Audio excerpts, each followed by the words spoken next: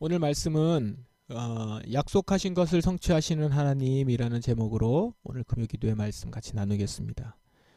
자, 우리는 계속해서 창세기 말씀을 지금 보고 있습니다. 아침마다 여러분들이 시간을 정해서 지금 말씀을 보고 계실 텐데 많은 은혜가 있을 줄 믿습니다.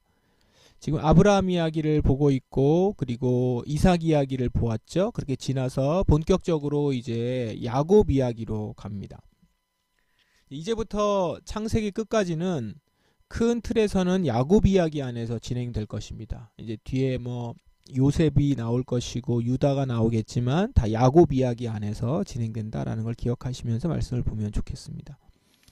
자, 27장에서 오늘 28장, 29장, 30장이 오늘 금요일날 같이 읽었을 본문인데 먼저 앞에 부분 27장에서는 야곱이 쌍둥이 형 에서의 장자 축복을 대신 받는 일이 있었죠. 그러니까 대신 받았다는 것이 이제 가로챘다는 겁니다.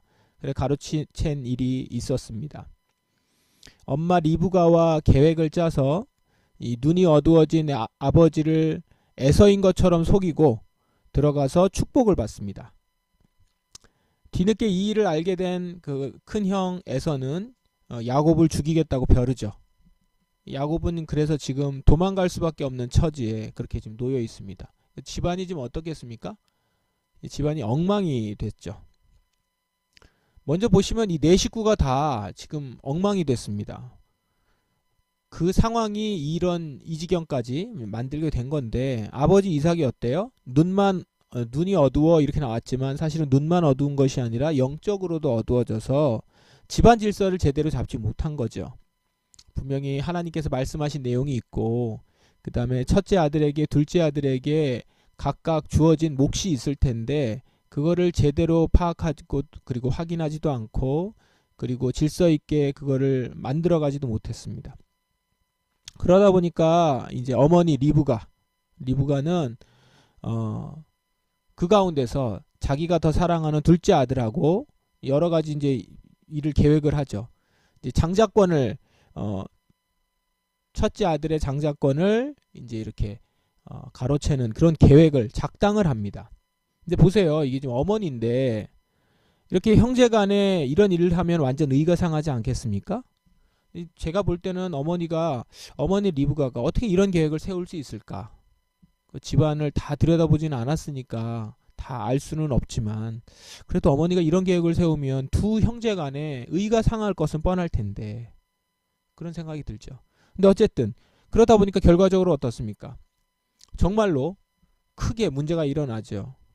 그러니까 사실은 자기가 사랑하는 둘째 아들 야곱을 위해서 일을 한다고 계획을 세운 것인데 사실은 한 치 앞도 보장해주지 못하는 계획으로 두 아들을 지금 다 잃어버리게 생긴 겁니다. 그리고 첫째 에서는 어떻습니까? 첫째 에서는 여전히 하나님을 의지하지 않아요. 분노에 차 있고 분명히 에서가 여러 가지 그 일들을 빌미를 제공을 하거든요. 믿음이 없음이 너무나도 드러나는데 그걸 바꾸지를 않습니다. 야곱은 지금 이제 도망가야 되는 처지에 있고요. 보세요. 가족 구성원 모두가 연약함이 있고 비뚤어진 사랑이 있고 믿음이 없고 그래서 집안이 위기에 빠진 겁니다. 하나님의 말씀이 이 가정에 있었죠. 믿음의 가정으로 있었습니다. 특히 아버지 이삭은 크게 하나님의 말씀을 경험했었던 믿음의 사람입니다. 그러나 어느 순간 어두워지고 말씀이 제대로 전수되지 못하게 되니까 그러다 보니까 아들들은 그리고 그 부인 리브가는 하나님의 말씀을 자기 복을 위한 도구로만 사용하잖아요. 어떻게든 그것을 자기 걸로 만들면 된다라는 생각을 하고 있어요. 이제 그렇게 되니까 말씀대로 따라갈 생각을 하지 않는 가정이 된 거죠. 그런 가정이 어떤 결과가 나오는지를 잘 보여주고 있는 겁니다. 아주 엉망이 됐습니다. 자, 이제 28장부터는 야곱이 이제 집을 떠나서 도망간 거죠. 도망가서 삼촌의 집으로 도망을 가게 됩니다. 삼촌 집은 꽤나 먼 길입니다. 야곱이 지금 사는 데가 브엘세바인데 이 남쪽이 있거든요. 근데 삼촌의 집은 거긴 동쪽이라고 나와 있지만 북동쪽이에요. 하란인데 삼촌의 집이 약 900km입니다. 900km가 얼마나 먼 길인지 상상이 됩니까? 게다가 걸어가는 것이죠. 처음 가는 것일 겁니다. 상당히 먼 거리고요. 그 거리를 홀로 갑니다. 그 야곱이 지금 도망가고 있는 그 시간이 얼마나 외롭고 힘겨운 시간일까. 그 자기가 지금 잘한 결정일까. 그리고 그 장자권을 왜 내가 빼앗는다고 했을까. 여러 가지 후회와 그런 마음의 괴로움들이 있었을 겁니다. 출발한 지 얼마 안 돼서 나중에는 이제 베델로 불리게 되는 루스라는 곳에서 머물러서 잠을 잡니다. 노상에서 잠을 잔 거예요. 그때 꿈에서 하나님을 만나게 됩니다. 꿈에 나타나신 하나님이 이렇게 말씀을 하셨죠. 나는 내 할아버지 아브라함의 하나님, 이삭의 하나님 여호와다. 내가 너와 네 자손에게 내가 지금 자고 있는 땅을 줄 것이다. 네 자손은 땅의 티끌처럼 많아져서 동서남북 사방으로 퍼지며 땅 위의 모든 민족들이 너와 네 자손을 통해 복을 받을 것이다. 하나님의 약속이 지금 13절, 제가 14절인데요. 14절까지 읽었는데 12, 13절, 그 다음에 14, 15절 여기까지 이제 쭉 이어집니다. 하나님의 약속은 쭉 이어집니다. 자, 그렇게 긴 약속을 받고 나서 근데 이 약속은 아브라함에게 했던 약속, 그 다음에 이삭에게 했던 약속이에요. 그 약속을 야곱이 다시 한번 받은 것이죠. 구체적으로 지금 네가 자고 있는 땅을 받을 것이다. 그리고 땅에 티끌처럼 자손들이 많아질 것이고 동서남북으로 퍼져나갈 것이다. 이렇게 이제 얘기하신 거거든요. 꿈에서 깨어난 야곱은 이게 그냥 꿈이 아니다. 꿈이라는 꿈을 통해서 하나님이 자신을 만나신 것이구나 라는 걸 확신합니다. 그래서 이렇게 고백을 하죠. 여호와께서 분명히 이곳에 계시는데 나는 그것을 모르고 있었다. 이제까지 하나님이 나와 함께 계셨는데 자신이 그걸 인식하지 못하고 있었다는 거죠. 꿈에서 지금 만나면서 하나님이 나를 계속 보고 계셨고 같이 계셨고 하나님이 여기에 계시는데 나는 그걸 모르고 지금 혼자 이러고 있다라고 생각했구나 라는 겁니다. 야곱은 거기서 그 자리에서 하나님을 만납니다. 그래서 거기서 이제 단을 쌓고 이제 이런 일들이 있는데요. 근데 여러분 보세요. 야곱은요 사실은 태어나면서부터 아버지와 어머니에게 하나님에 대해서 약속에 대해서 들었던 사람입니다. 그죠? 배에 그 어머니의 뱃속에 있을 때부터 그 말씀이 임했죠. 그 다음에 어떻게 태어날 것이라는 예언도 분명히 그 부모가 들었지만 말씀이 임하는 가운데서 살아왔고 태어났던 사람입니다. 태어나서 커가면서 어머니에게 아버지에게 하나님에 대한 얘기를 분명히 들었을 겁니다. 할아버지 아브라함이 어떻게 하나님을 만났는지, 아버지 이삭이 하나님을 만나서 어떻게 하나님을 신뢰하게 되는지 얘기를 들었겠죠. 그리고 어머니 리브가가 아버지를 만나게 된 것도 정말 하나님의 인도하심이었거든요.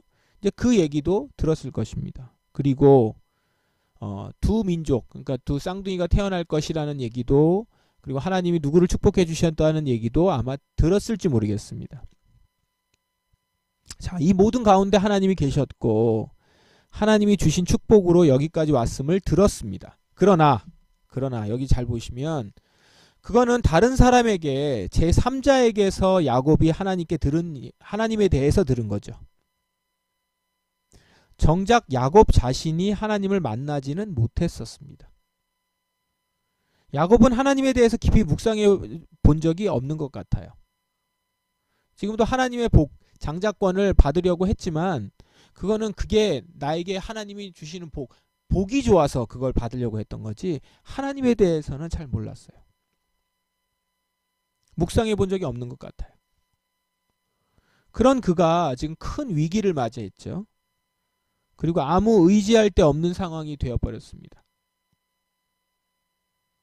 그때 그 외롭고 위험한 그 상황에서 하나님이 그에게 나타나신 거예요. 지금 이곳에서 하나님을 만난 야곱, 얼마나 큰 위로와 안심이 되었을까요? 이제껏 부모에게만 들었었던 하나님을 이제 직접 만나게 된 거거든요. 이 감격. 그래서 여호와께서 분명히 여기 계시는데 나는 그것을 모르고 있었구나. 이렇게 탄성을 지르면서 그가 하나님을 만나게 된 거죠. 이제 그러면서 깨닫게 된 거죠. 내가 이제까지 하나님에 대해서 들어만 왔지 실제 하나님의 계신 것을 믿지는 않았구나. 하나님이 나와 함께 하신다는 말을 들었지만 나는 그것을 믿지 않았구나. 아마 이것을 같이 깨달았을 겁니다. 야곱은 비로소 하나님을 만났습니다. 그리고 하나님을 만난 야곱, 자기가 지금 베개로 삼고 잤던 돌을 기둥처럼 세우고 기름을 붓습니다. 이것이 구별된 곳이다 라는 거죠. 그리고 내가 하나님을 만난 곳이다. 그걸 기념하기 위해서 세우고 그것을 베델이라고 부릅니다. 하나님의 집이라는 뜻이에요. 자, 그러면서 말씀처럼 할아버지의 하나님, 아버지의 하나님이 이제는 야곱 자신의 하나님이 된 것입니다. 이제 야곱은 진정 하나님을 자신의 하나님으로 의지하기 시작해요. 그래서 하나님께 10분의 1을 드리겠다 말하고 나와 함께 해주십시오. 여러분, 이 부분에서 우리가 꼭 생각해야 되는 게 있는데요. 바로 하나님을 직접 만나는 것이 너무 중요하다는 겁니다. 여러분, 하나님에 대해서 듣는 거하고 하나님을 만나는 것을 구분하셔야 합니다. 우리는 하나님에 대해서 이렇게 설교를 통해서나 성경 공부를 통해서 듣습니다. 때로는 말씀을 읽으면서도 하나님에 대해서 알게 됩니다. 그러나 그것과 하나님을 만나는 것은 다른 겁니다. 지금 야곱처럼 내가 들어왔던 하나님, 제3자를 통해서 다른 통로를 통해서 들어왔던 하나님을 이제는 내가 삶에서 경험하고 직접 나의 하나님을 만나는 것, 그건 완전히 다른 차원이라는 것이죠. 우리가 정말 하나님을 만날 때 그때부터 정말 하나님이 하신 일을 내가 볼 수 있고요. 진짜 하나님이 내게 하신 일을 내 삶에서 내가 능력 있게 증거할 수 있습니다. 여러분은 어떻습니까? 여러분 하나님을 좀 만나셨습니까? 인격적으로 하나님을 만나셨어요? 내가 들어왔던 하나님을 정말 내가 하나님을 몸으로 경험했습니까? 나의 영의 눈으로 보고 성경에 있는 그 하나님의 말씀이 정말 나한테 주시는 말씀임을 이렇게 받아들여주고 나에게 지금 들려주시는 것처럼, 나에게 편지하신 것처럼 거기에서 따뜻한 하나님의 마음과 그 목소리를 듣는 경험들이 여러분이 있습니까? 만일 여러분이 그런 경험이 없다면, 그게 희미하다면 여러분 정말 이것부터 하셔야 돼요. 하나님을 만나는 시간, 제가 하나님을 만나게 해주십시오. 이것부터 기도해야 합니다. 주님, 저는 주님을 만나고 싶습니다. 우리가 사실 예배 신앙생활을 하고 예배를 드리는 것에 가장 우선적인 게 뭐예요? 주님을 만나는 거잖아요. 그 주님을 만나는 그 경험을 하지 못한다면 그냥 하나의 종교 생활을 하듯 종교를 가지고 있는 것 외에는 아무 의미가 없는 것이죠. 주님, 저는 주님을 만나고 싶습니다. 이렇게 기도해야 합니다. 특히 여러분 가운데 위기가 있거나 나 혼자라고 생각이 될 때거나 이럴 때면 더욱 하나님을 만나셔야 돼요. 그때가 오히려 기회일 수 있겠죠. 이렇게 지금 야곱처럼요. 그리고 그때 여러분의 삶은 정말 하나님 안에서 새롭게 변화되고 정리될 수 있을 것입니다. 자, 이렇게 하나님을 만난 야곱, 하나님께 자신의 삶을 이제 맡깁니다. 하나님께서 계속 자신과 함께 해주시기를 바라면서 이제 자신은 하나님의 은혜를 잊지 않겠다, 계속 기억하겠다라고 하면서 10분의 1을 드리는 거였거든요. 그러니까 이제 나는 하나님과 함께 하신다는 거죠. 자, 아까도 말씀드렸죠. 야곱이 하나님을 몰랐어요? 알고 있었어요. 못 들었습니까? 듣고 있었어요. 근데 그 전까지는 그 먼 길을 떠나가면서 하나님을 찾지 않았어요.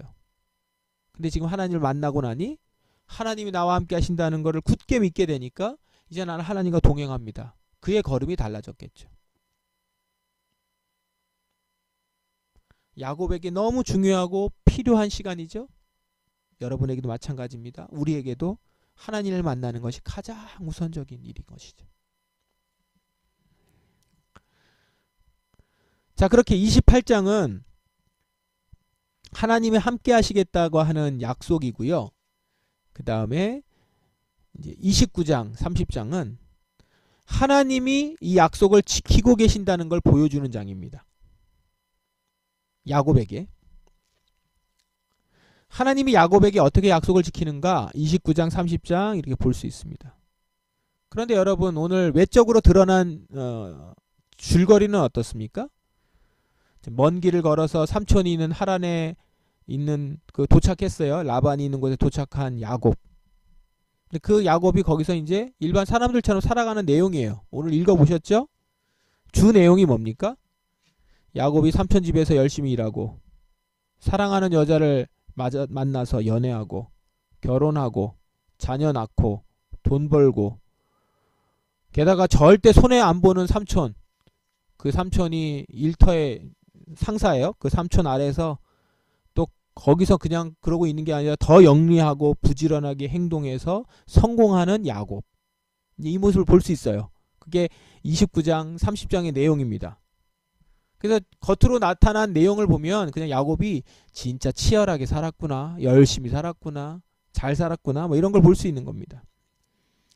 줄거리만 보면 그래서 집 떠난 한 청년이 장년이 될 때까지 고군분투하면서 연애도 하고 사랑도 하고 또 집도 이루고 이러면서 자수성가하는 내용이에요. 내용의 많은 부분은 12명의 자녀, 원래는 13명인데 아직 베냐민이 안 나왔으니까 12명의 자녀를 4명의 아내에게서 낳았고 그 12명이 많으니까 그 아내도 4명이나 되니까 누구에게서 누구를 낳고 그 이름은 뭔지 그리고 그 이름의 뜻은 뭔지 뭐 이런 내용이에요. 그냥. 그래서 읽으면서는 드는 느낌이 뭐죠? 야, 많이도 낳았다 뭐 이런 생각도 들기도 하고 정말 열심히 일했구나 14년 동안 이런 생각. 그리고 참 라반 너무 야가 빠졌고 너무한다 삼촌이라면서 이제 이런 뭐 여러 생각들이 듭니다. 그런데 여러분 이 내용이 이스라엘 후손들에게는 결코 평범하게 읽을 수 있는 내용이 아닌 거예요. 이스라엘 후손들에게는. 자, 이 내용은 뭐냐면 이스라엘 후손들에게 있어서는 자신들의 있게 된, 즉 이스라엘 백성의 구성이 되는 12지파의 기원 이야기거든요. 우리 기원, 내가 지금 에브라임 지파인데 에브라임 지파는 예를 좀 잘못 들었군요. 유다 지파인데 유다 지파면 언제 낳고 그 뜻이 뭐고 어떻게 낳는지 이제 이런 거죠.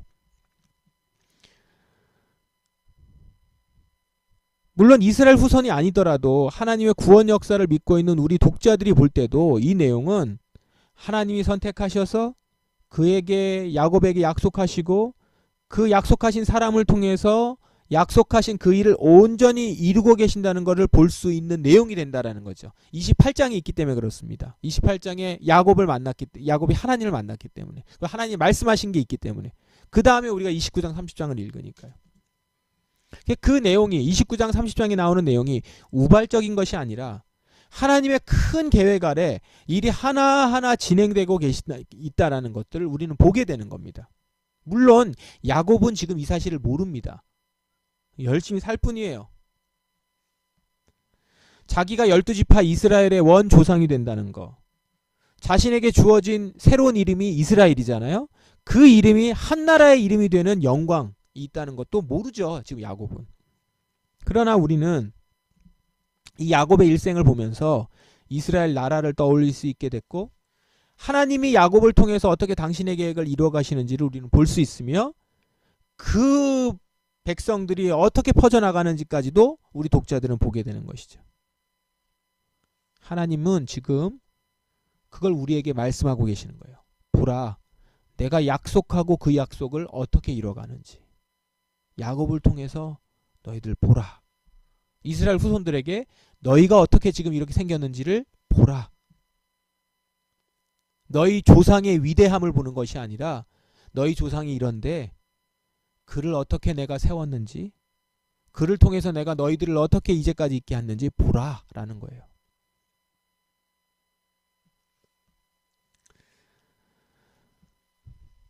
오늘 말씀을 보면서 우리 인생도 이렇게 해석할 수 있습니다. 내게 임한 말씀, 그 말씀을 붙들고 살아가는 가운데서 하나님이 지금 내게 어떻게 역사하는지, 여러분도 여러분의 삶을 내게 주어진 말씀 가운데서 한번 해석해 보십시오. 그저 우리도 겉으로 보면 그냥 살아가면서 일하고 한 남자 여자 만나서 결혼하고 아이 낳고 그냥 그렇게 평범한 삶인 것 같아 보이지만, 그 가운데 하나님이 우리를 향한 계획이 있을 뿐만 아니라 하나님의 큰 계획 아래, 하나님의 구원의 큰 계획 아래 우리가 한 부분으로서 우리가 있다는 것을 우리 자신을 묵상하고 말씀 가운데서 돌아보면 발견할 수 있다는 것이요. 이걸 기억하십시오. 그리고 이렇게 말씀에서 보여주듯이 말씀 가운데서 내 인생을 돌아보고서 한번 해석해 보려고 하십시오. 하나님이 나를 어떻게 이끌어 가셨는지. 지금 28장에서 하나님이 약속하셨고 그 약속을 받아들인 야곱을 본 다음에 29장을 보면 하나님이 야곱을 어떻게 이끄셨는지를 우리가 볼 수 있게 됐다고 했잖아요. 그렇듯이 여러분이 하나님을 만나고 내게 하신 약속에 대해서 그거를 근거로 나의 인생을 한번 해석해 보는 것이죠. 이건 성찰의 시간이 필요하겠죠? 그 시간을 통해서 내 삶을 한번 돌아보라는 것이죠. 하나님이 내게 은혜 주셨고 나를 만나 주셨고 나를 이렇게 주님의 말씀으로 이끌어 주셨고, 때로는 그 길을 잘 가려고 하지 않고 막 버팅기기도 하고 지금 야곱처럼 고집 피우기도 했지만 그 가운데서 하나님이 저를 이끌어 주셨고, 때로는 지금 이삭의 가족처럼 여러 가지 집안에 있는 여러 가지 문제들, 그로 인하여 생기는 결과들, 그렇게 해서 우리가 실수해가지고 불행한 모습이 있는 것처럼 보일 때, 그때에도 하나님 우리를 지키시고 끝까지 당신의 계획대로 이끌어 가셨다라는 것들을, 그럼 나도 한번 그렇게 보는 것이죠. 하나님이 나를 이렇게 이끌어 가시고 여기까지 있게 하셨구나. 그래서 지금 말씀을 정리하면서 여러분 이것을 꼭 기억하십시오. 먼저는 여러분이 하나님을 직접 만나야겠죠. 그렇구나 라는 거 말고요. 나를 하나님 만나주시고 내게 주시는 말씀, 이제까지 많은 말씀들을 읽고 성경을 읽었지만 그 가운데 그 말씀을 통해서 하나님이 내게 주시는 말씀이 있을 거예요. 나를 만나주시면서 나에게 주시는 메시지가 있을 겁니다. 그냥 하나님 자신이 될 수도 있죠. 그래 하나님을 만나요. 남에게서 들은 하나님이 아니라 내가 직접 인격적으로 하나님을 만나서 고백할 수 있는 시간이 필요합니다. 그리고 그렇게 하나님을 믿게 되고 내게 말씀하신 것을 기억하면서 내가 살아온 삶을 돌아보는 것이죠. 내가 만났던 사람들, 내가 일한 곳, 내가 꾸린 가정, 그 가운데 살아온 공동체, 이 가운데서 하나님이 어떻게 나를 이끌고 가 계시는지, 하나님이 나를 향한 계획은 무엇인지, 하나님의 크신 계획 가운데 나는 지금 어디에 있는지, 그렇게 보다 보면 이제까지 내 삶을 이렇게 돌아보면서 얘기하는 것과는 전혀 다르게 설명하고 정리할 수 있을지 모릅니다. 그게 간증이거든요. 하나님이 나를 이렇게 이끌으셨다. 하나님이 내게 이렇게 행하셨다. 그렇게 믿음으로 내 삶을 보게 될 때 여러분의 삶은 정말 하나님 안에서 풍성한 약속 가운데 있는 언약의 백성으로, 언약의 자녀로서 여러분 자신을 말하고 자랑하고 그 가운데 나를 이끌었던 하나님의 복음, 그걸 증거하는 증인이 될 것입니다. 비록 실수 많은 인생이지만 나를 통해서 하실 일들 지금도 주께서는 이루어가고 계시는 줄 믿습니다. 어려움으로 도망으로 시작한 야곱의 인생이지만 모든 상황을 선하게 바꾸시는 하나님, 하나님의 섭리 안에서 하나님이 이끌어 가신다는 약속을 믿으면서 오늘도 여러분 믿음으로 살아가는 저와 여러분 우리가 되기를 우리 주님의 이름으로 축원합니다. 기도하겠습니다. 말씀 기억하시면서 기도할까요? 하나님, 오늘 제가 주님을 만나기 원합니다. 또 주님을 분명히 만나서 그 안에서 은혜가 있었던 분들은 주님, 제가 그 은혜를 오늘도 기억합니다. 그리고 또한 나의 삶에서 지금도 나를 이끌어 가시는 주님을 신뢰합니다. 주님, 주님의 말씀으로 내가 주님 내 인생을 해석하게 하시고 그 안에서 살아가는 기쁨을 누리게 하시고 또 주께서 약속의 결과들로 주시는 모든 일들을 맛보며 살아갈 수 있게 하여 주시옵소서. 다 같이 통성으로 기도하겠습니다.